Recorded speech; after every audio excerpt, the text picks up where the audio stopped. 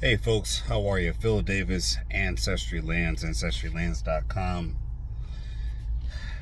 Like, share, like and share, anywhere and everywhere, because you could be anywhere, but you're here with me. Folks, I got a little bit on my mind right now, something that really makes me upset. And realistically, I want to explain to you guys is that you cannot live a life based on someone else's happiness. You can't. This comes by way of a training I did yesterday with a young man, mentorship training here. And I'm reminded of, he just bought a house. He's made the decision to move forward to buying a house in this economy. And you're buying a house and you're trying to keep expenses because financially you understand that you need to limit yourself, your budget, and your expenses. But you're with someone that is in the want, not the need. Meaning that they want new things because you got a house, it's natural.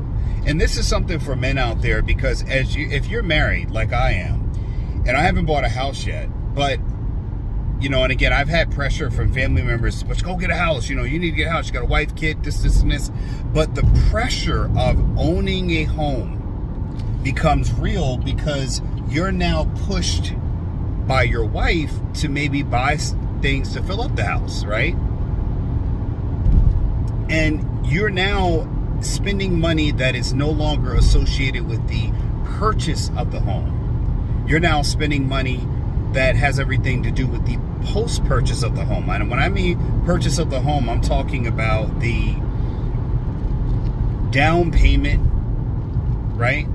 The closing cost, any appraisal fees or fees that you pay in order to purchase the home. This has nothing to do with buying furniture.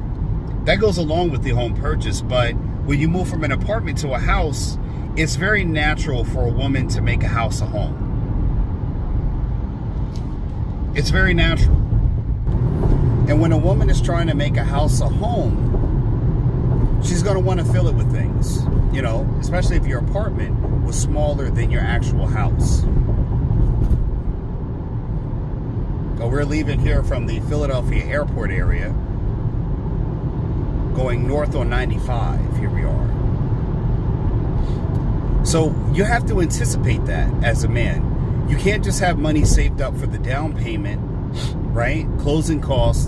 And now it's time to fill the house with furniture, the bedrooms. Like I live in a 2-bedroom, right? 2-bedroom, 2-bath, luxury apartment. It's luxury. I live in a very expensive area, luxury apartment. But when you go into a luxury house, or a house just in general, that goes from 2-bed, 2-bath to maybe 4-bedroom, 3-bath, you've got to account for the woman and allow for the woman to feel like all females do when they have a new nest, when they have a home. They want to make it a home. And a lot of times what happens is a woman gets to the point where she becomes spending blind. And this is not an assault on women. This is just the woman being the leader in her home because she's trying to make a house a home. And you as a man have to understand that when you decide to buy a home, when you say I want to have a family, there is a responsibility for you to make sure that the provisions are adequate.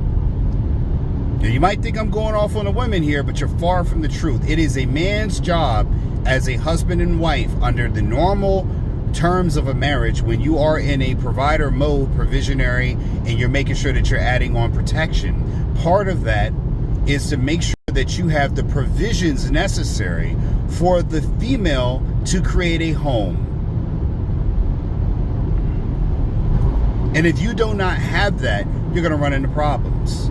Because what are you going to do? You're going to restrict her from her natural biological imperative. No more than a man wants to make sure he can protect, provide, and make sure that he is giving provisions. That is his natural role. Then the female should be allowed to exist in her role to make a house a home. Even in the animal kingdom, the animal world, when a female is given a nest, what does she do? She makes it her own by making it comfortable for her to be in.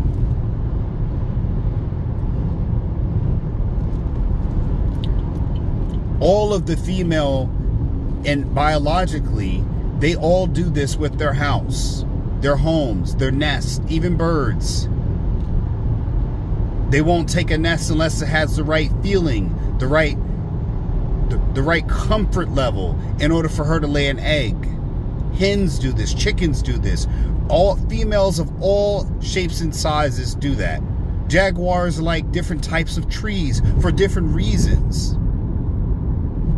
They have what we call behaviors. And those behaviors are super important to the natural way that an animal works, and humans are animals. Just don't forget that. We are part of the animal kingdom. We're not exempt from it. And when you get a home for a woman, the woman that, whether you're 20, 42, 92, 32, 22, you're still going to be met with the same demands from a female. Whether you're married to her or not. But your job as a man is to make sure that the provisions are there. So that way she can spend what she feels she needs or wants. You as a man also are trying to lead with the things that you need. And those have to be absolute and primary to her secondary wants, if you're going to lead well.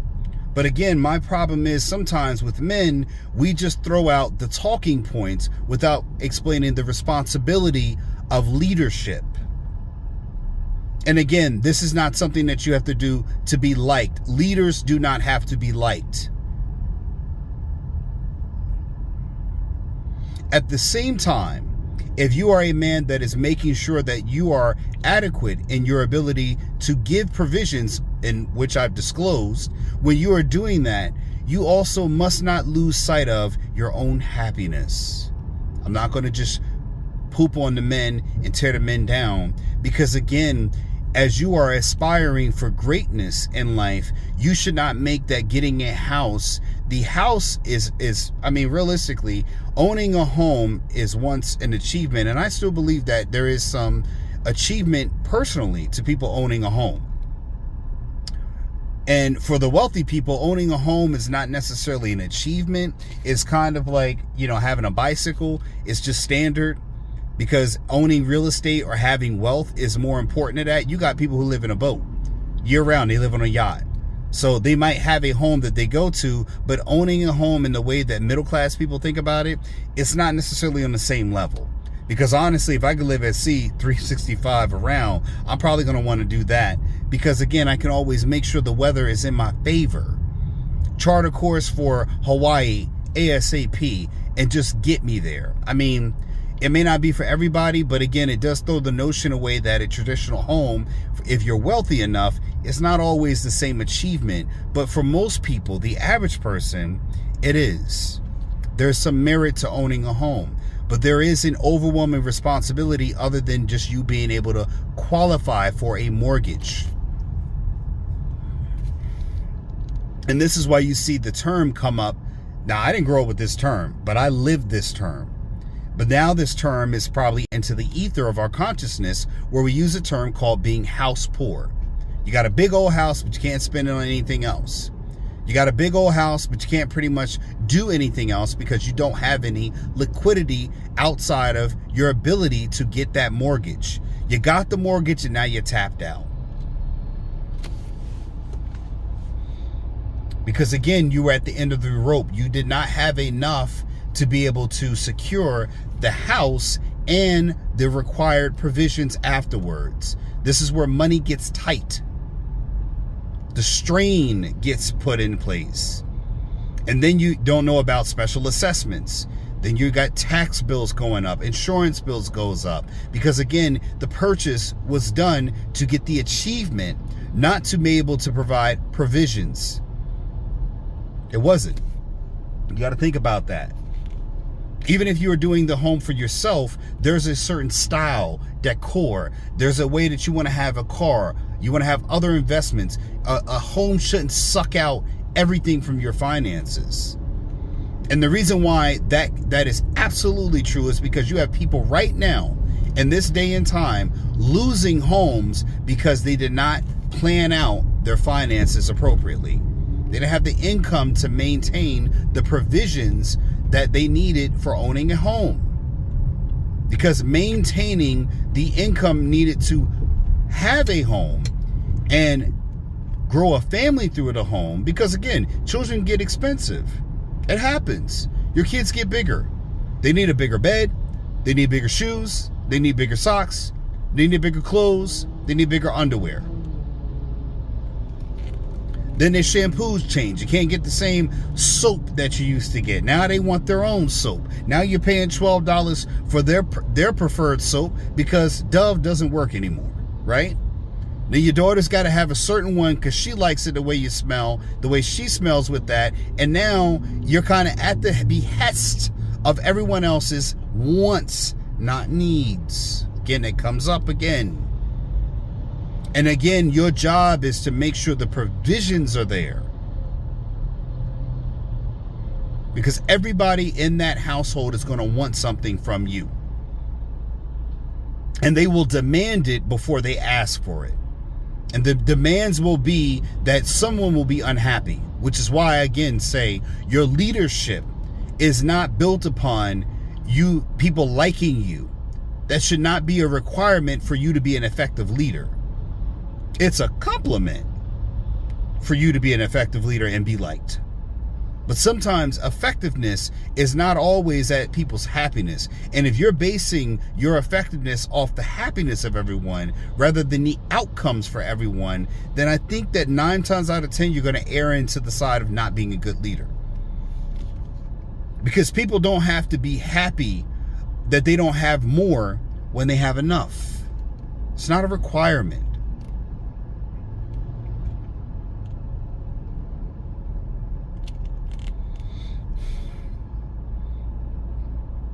It's not a requirement at all. Think about that.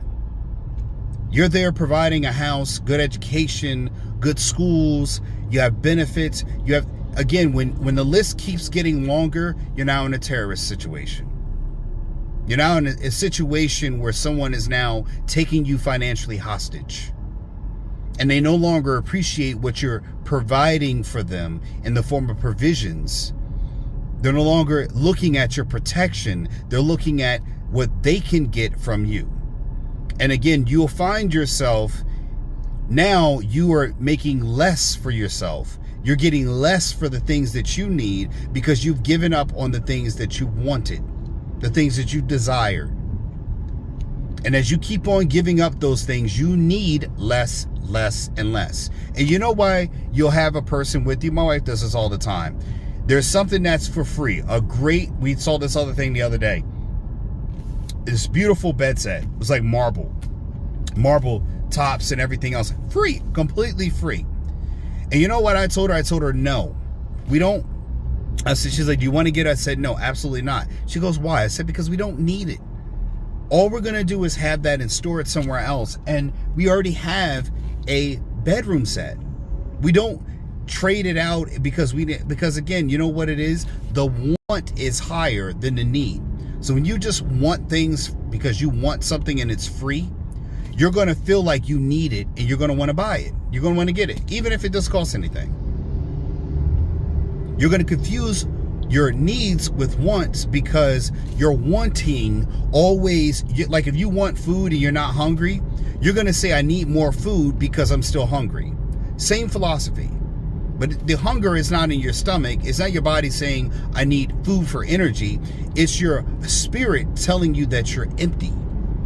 And as you, as an other individual, keep feeding that empty spirit more, and more, and more, you know what happens with that hole? It becomes deeper. You keep on filling it, but you never see it filled. You keep on filling it, and the wants become greater and greater and greater. And as the other person's wants become greater and greater and greater, because you keep feeding and feeding and feeding, guess what ends up happening? You're diminishing yourself at the same time. You become smaller and smaller and smaller because there is no room for you in that life. And the point I'm saying with this is that as a father, as a man, you have to make sure that you have enough provision so you do not leave you out of the equation and you are living a life for everyone else. Men always relegate themselves to the smallest corner of the house, and that's your smallest space. Men always have they don't have half the closet, they got a quarter of the closet, because we let this happen. It is the failure of your leadership because you keep succumbing to people's wants and not deciding on what they need. You dictate what they need, and what they want, which is what they should get, is the things that they need. If you decide that what they want they should get it as a gift. And the reason behind this is that you're now giving everybody everything that they want, and it's not things they need. And what do they do with that? They ask for more because you give in to the want. You haven't prioritized the need. When you start prioritizing the needs, people start to learn the things that they want may not be so important because they got the things that they need.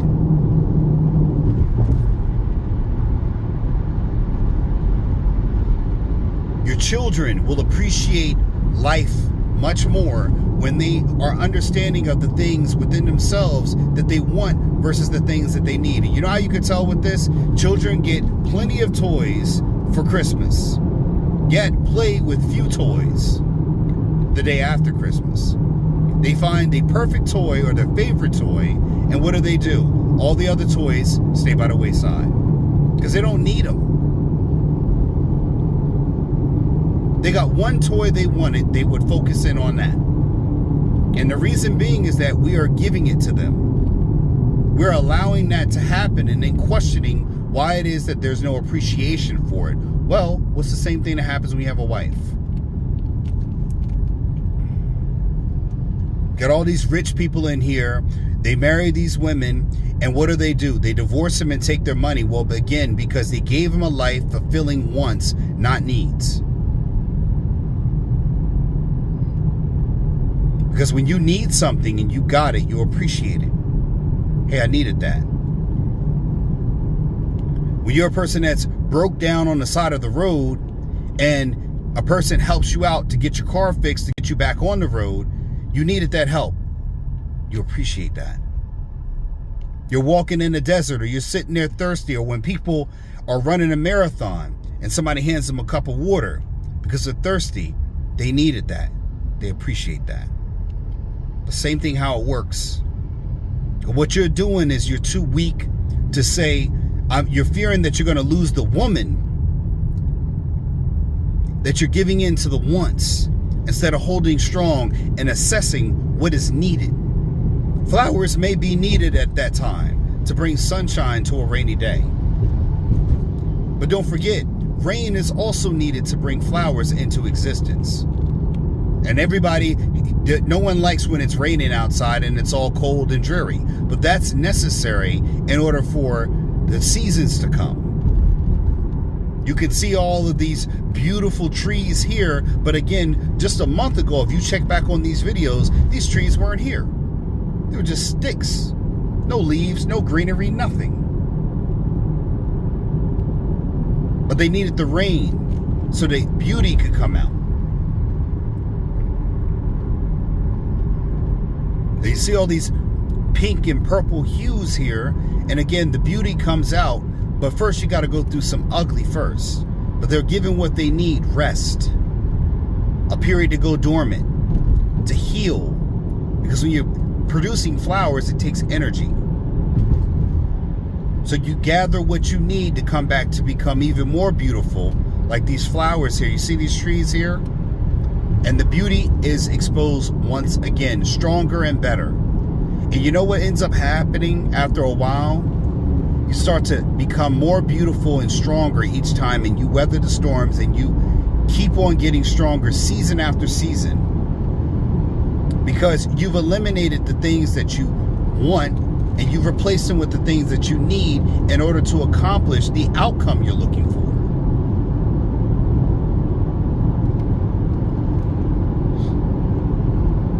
So again, your provisions must be adequate to supply the needs for everyone. Like, your children are going to need bigger shoes. That's going to come with a price. My kids are getting bigger.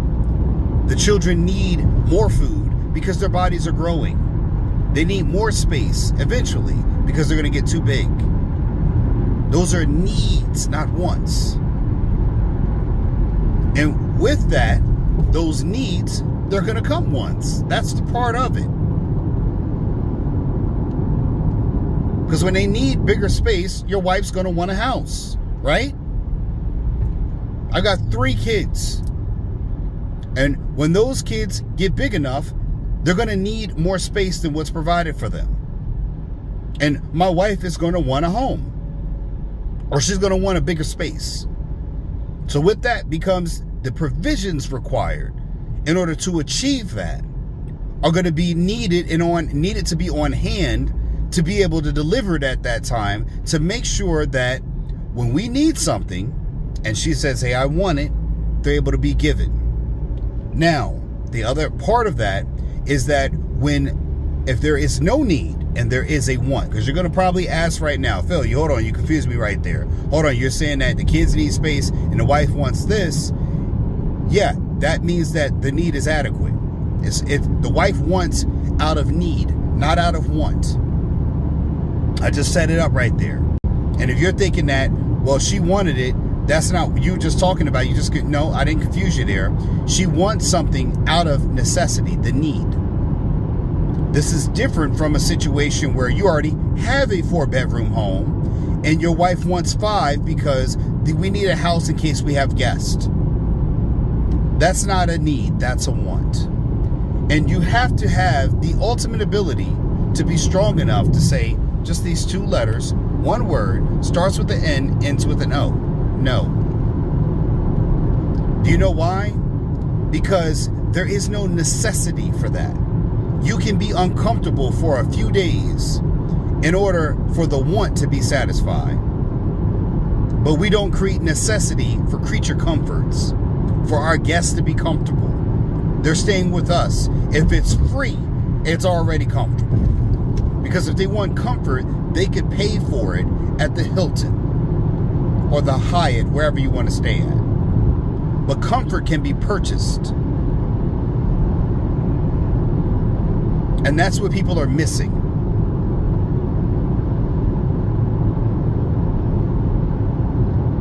But I say again, in all of that, you cannot forget about yourself.